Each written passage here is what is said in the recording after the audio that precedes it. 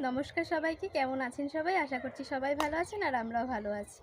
আজকে আমার শখের রান্নাঘরে সরস্বতী পুজো স্পেশাল রান্না হবে ফ্রাইড রাইস আর চিলি পনির। তো আপনারা প্রথম থেকে পুরো ভিডিওটা লাস্ট অবধি দেখবেন এবং পাশে থাকবেন। আশা করি আপনাদের সবার ভালো লাগবে।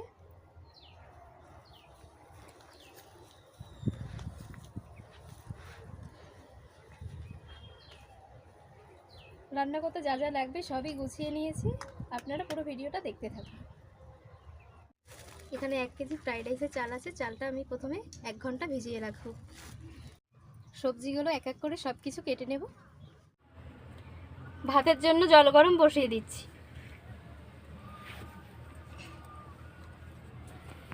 ভাত হয়ে গেছে, ভাতটা এবার নামিয়ে নেব।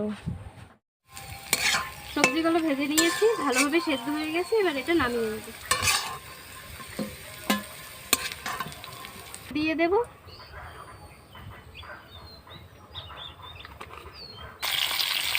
ঘি দিয়ে কাজু কিশমিশগুলো ভেজে নেব, হালকা করেই ভেজে নেব।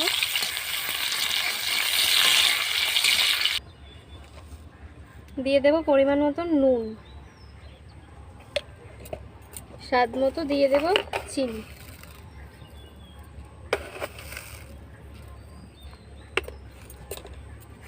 এবার সবজিগুলোও দিয়ে দেব।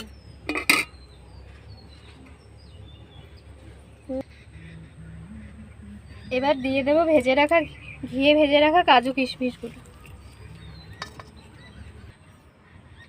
এবার একটু 10 মিনিটের জন্য দমে দেব।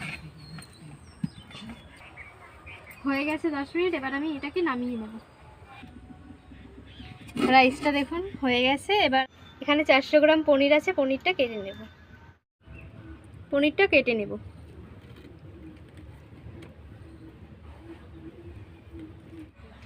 পনির রান্নার জন্য পনিরের নুন হলুদ মাখিয়ে নিয়েছি, আলু কুটে নিয়েছি, এখানে আছে আদা, কাঁচা লঙ্কা আর পোস্ত বেটে নিয়েছি। এবার পনিরগুলো ভেজে নেব, তারপর পনির রান্না করব।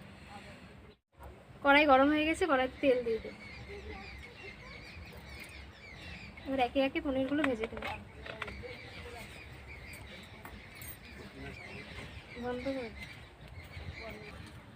পনিরগুলো ভেজে নেব। কড়াইতে তেল দিয়েছি, তেল গরম হয়ে গেছে। অবশিষ্ট তেলে আলুটা ভেজে নেব।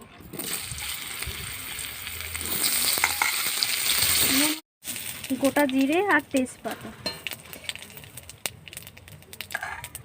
কেটে রাখা টমেটো দিয়ে দেব। দিয়ে দেব কাশ্মীরি রেড চিলি পাউডার, দিয়ে দেব হলুদ, নিয়ে নিয়েছি হাফ চামচ জিরে গুঁড়ো, এটা আমি দিয়ে দেব। টমেটোটা ভাজা হয়ে গেছে, এবার সেই তৈরি করা পেস্টটা দিয়ে দেব। এবার একটু কষিয়ে আলু দিয়ে দেব।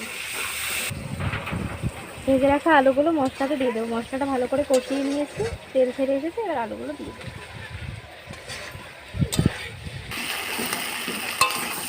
আলু দিয়ে মশলাটা ভালো করে কষে নিয়েছি, কষে থেকে তেল ছেড়ে এসেছে, এবার জল দিয়ে দেবো পরিমাণ মতো।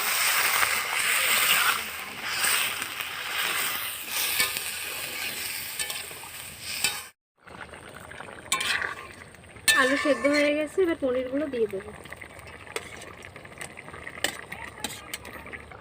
গরম মশলা দিয়ে দেব, এরপর এটা নামিয়ে নেব।